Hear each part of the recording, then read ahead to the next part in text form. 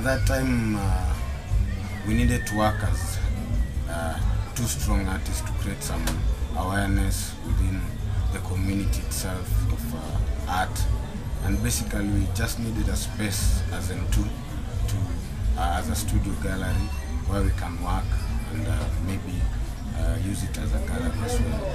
So that was our main objective at that time.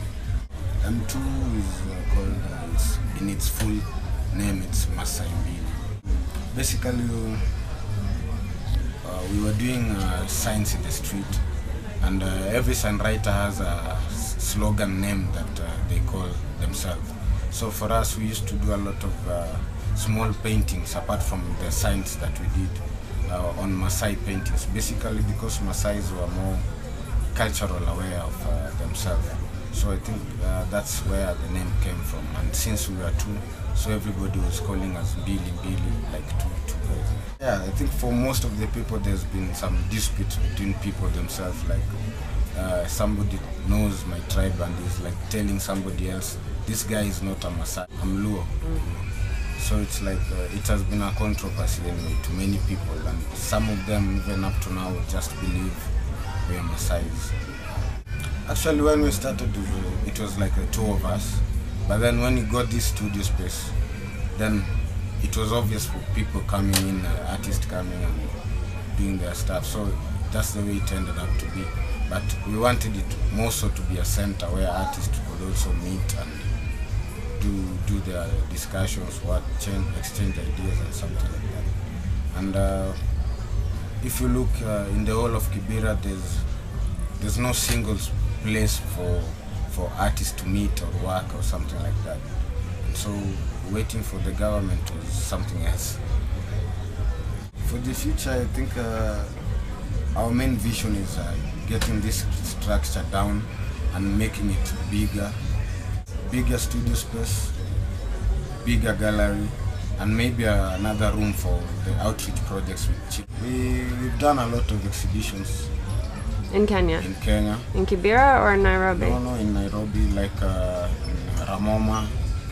Ramoma is a big museum here. There's the museum itself, we've done exhibitions there. The Go Down, and there is also the French Cultural Center, we've done exhibitions there. So for us, it's like we've exhausted the Kenyan scene. Yeah. I think the inspiration is all that makes us one. Apart from the inspiration and the environment where we come from, I think that's we owe a lot of that to whatever style each one of us is doing. But then basically it's each one going with his own kind of thing that he likes or is most inspired by. It was only luck that this place was not burned down, but all these structures here were burned down, you see. But we could not work at that time because it was tension. It's difficult when you paint, you try to get some concentration, but it's very hard to get some concentration when you don't know what a family is going to eat that day. You don't know how they'll survive, how you wake up. So at that time we just came here, sat as one, have talks and something like that, and then go home. Yeah, like almost 2 months. Like even after the violence was over, it was hard for visitors to come here and just have a look at the studio. But at the same time, it happens that most of the journalists came around Kibera and they came to our studio, and that's where they had interviews or what, and they had a chance of visiting the studio. And really been self-sustainable, not even through funds or something like that. The only time we got funds and it was really helpful was when we were buying this structure, because we bought this structure already. But for me, I think the real thing is that the more people are aware of the M2 itself and whatever we're doing throughout the world, is the more we're getting chances and the ideal to do whatever we want to do with the children and the community at large. And for us, it's a matter of getting known worldwide. It's like we're not confined to Kibera alone.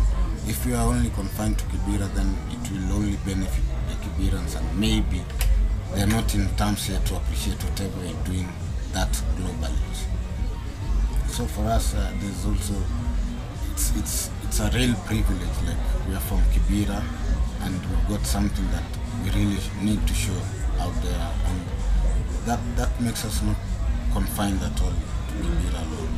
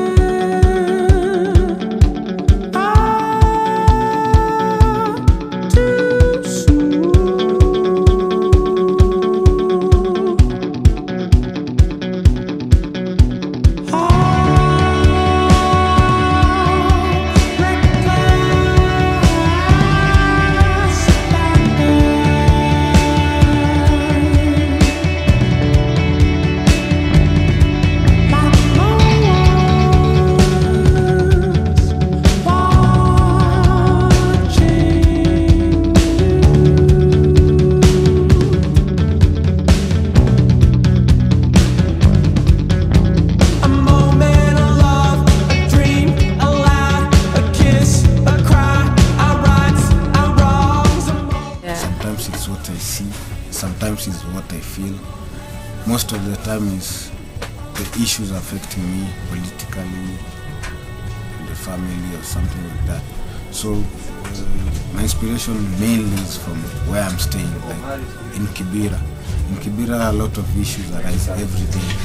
You can barely stay a week without an issue arising. So I think that's one of the things that inspires me. And politically, I'm like, my whole art goes towards that perspectives to some extent.